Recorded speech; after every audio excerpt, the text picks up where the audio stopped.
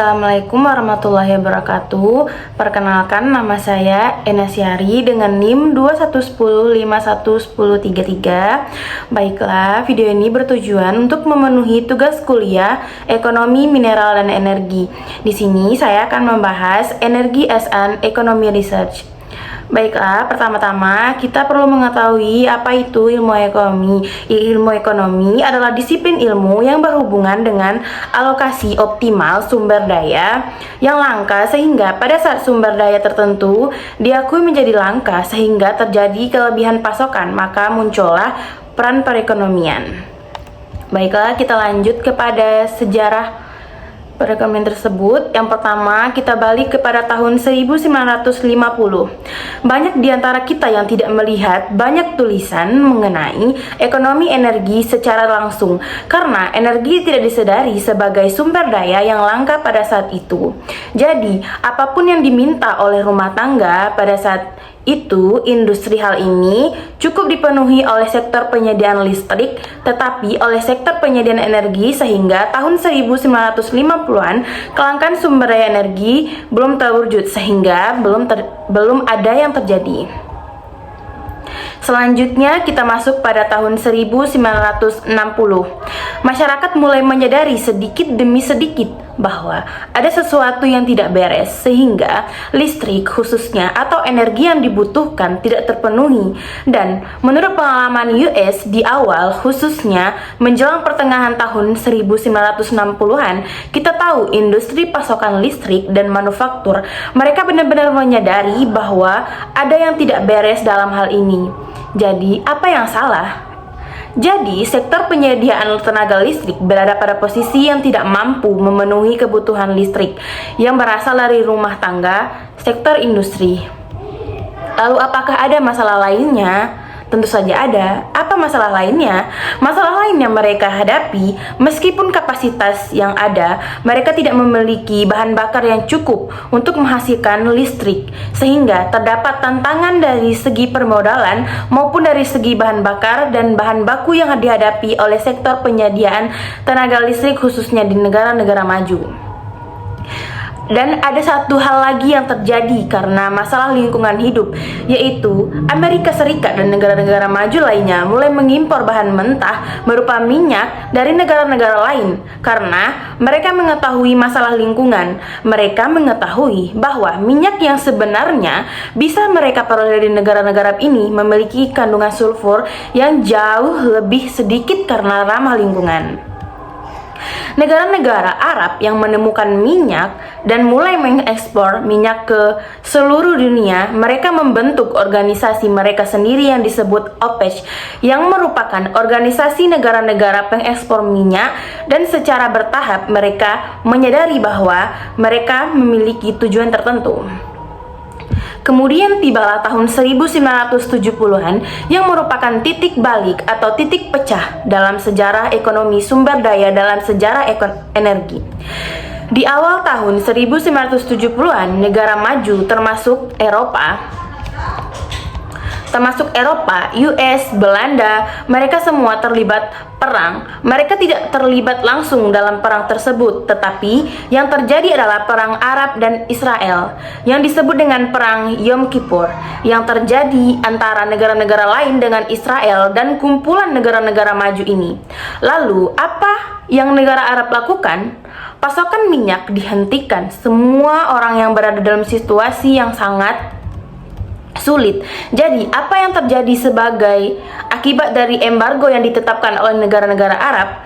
Perekonomiannya menderita karena kenaikan harga minyak yang tiba-tiba ini. Pertama-tama ada kelangkaan. Kedua, minyak muncul sebagai salah satu sumber masalah fundamental energi. Dan yang ketiga ada kekuatan monopoli dalam penyediaan minyak. Jadi itu cerita tahun 1973. Yang menyusul langsung tahun berikutnya, yaitu 1974. Embargo mencabut, namun mata harga telah terjadi, yaitu pada awal tahun 1970-an, dan bahwa itu sebenarnya merupakan titik balik dalam sejarah ekonomi energi. Banyak literatur muncul pada saat itu untuk memahami berbagai permasalahan, untuk memahami struktur pasar di mana energi tersebut beroperasi. Di tahun 70-an, kita hanya melihat sekilas apa yang terjadi di India, sehingga India seperti yang telah saya sebutkan, bahwa meskipun itu antara negara-negara Arab dan beberapa negara maju, seluruh dunia benar-benar merasakan atau benar-benar menderita akibat dari kenaikan harga minyak ini, dan India tidak sepenuhnya terbebas dari masalah ini. Jika rencana pertumbuhan ekonomi India tidak terhambat oleh kekurangan energi, maka pengurangan ketergantungan pada minyak impor harus menjadi elemen kunci dalam strategi pembangunan kita, sehingga ketika kita mengatakan pengurangan ketergantungan pada minyak. Selanjutnya kita masuk pada tahun 1979. Terjadi sesuatu yang sangat domestik bagi Iran, sehingga terjadi pengolakan politik di Iran. Namun, yang terjadi adalah penurunan pasokan yang berasal dari Iran, sekali lagi sehubungan dengan minyak. Jadi, ini tidak ada hubungannya dengan OPEC, tapi ini pada dasarnya adalah pengurangan pasokan dari Iran. Dan tepat pada tahun 1979, ketika dunia mendapat petunjuk bahwa Iran akan mengurangi pasokan minyak, semua orang menjadi sangat waspada dan semua orang mulai membeli energi sebanyak yang mereka bisa, sehingga pasar minyak mendapat kesempatan kedua. Pada saat pasokan benar-benar turun jauh di bawah permintaan dan terjadi lonjakan harga minyak yang kedua. Ada satu hal lagi yang menarik yang muncul pada saat ini, bahwa di nexus atau trade-off antara energi dan lingkungannya. Jadi bisa dibilang batu bara merupakan sumber daya yang ada dalam negeri kita. Hanya lingkungan energi, kelingkungan energi dan perubahan iklim, karena penggunaan sumber daya energi menyebabkan emisi gas rumah kaca yang menyebabkan perubahan iklim. Berikutnya terjadi pada tahun 1990-an pasar energi. Struktur pasar energi sebenarnya telah mengalami perubahan besar selama tahun 1990-an. Sebelum ini kita akan melihat bahwa sebagian besar sektor penyediaan listrik, sektor pembangkit energi dimiliki oleh negara, sehingga pasar energi pada awalnya didomisili oleh negara karena negara percaya bahwa hal tersebut sebenarnya menciptakan banyak keuntungan.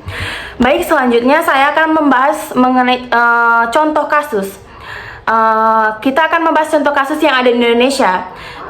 Yang dapat kita tahu belakangan ini terjadi kasus, yaitu korupsi timah yang dilakukan di Bangka Belitung. Lantas, bagaimana kondisi terkini daerah penghasil timah terbesar di Indonesia alias Bangka Belitung tersebut?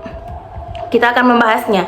Bangka Belitung sebagai daerah penghasil timah di Indonesia, yang mana PT Timah juga menambang timah dari wilayah tersebut. Saat ini kondisinya disebutkan dalam kondisi memprihatinkan.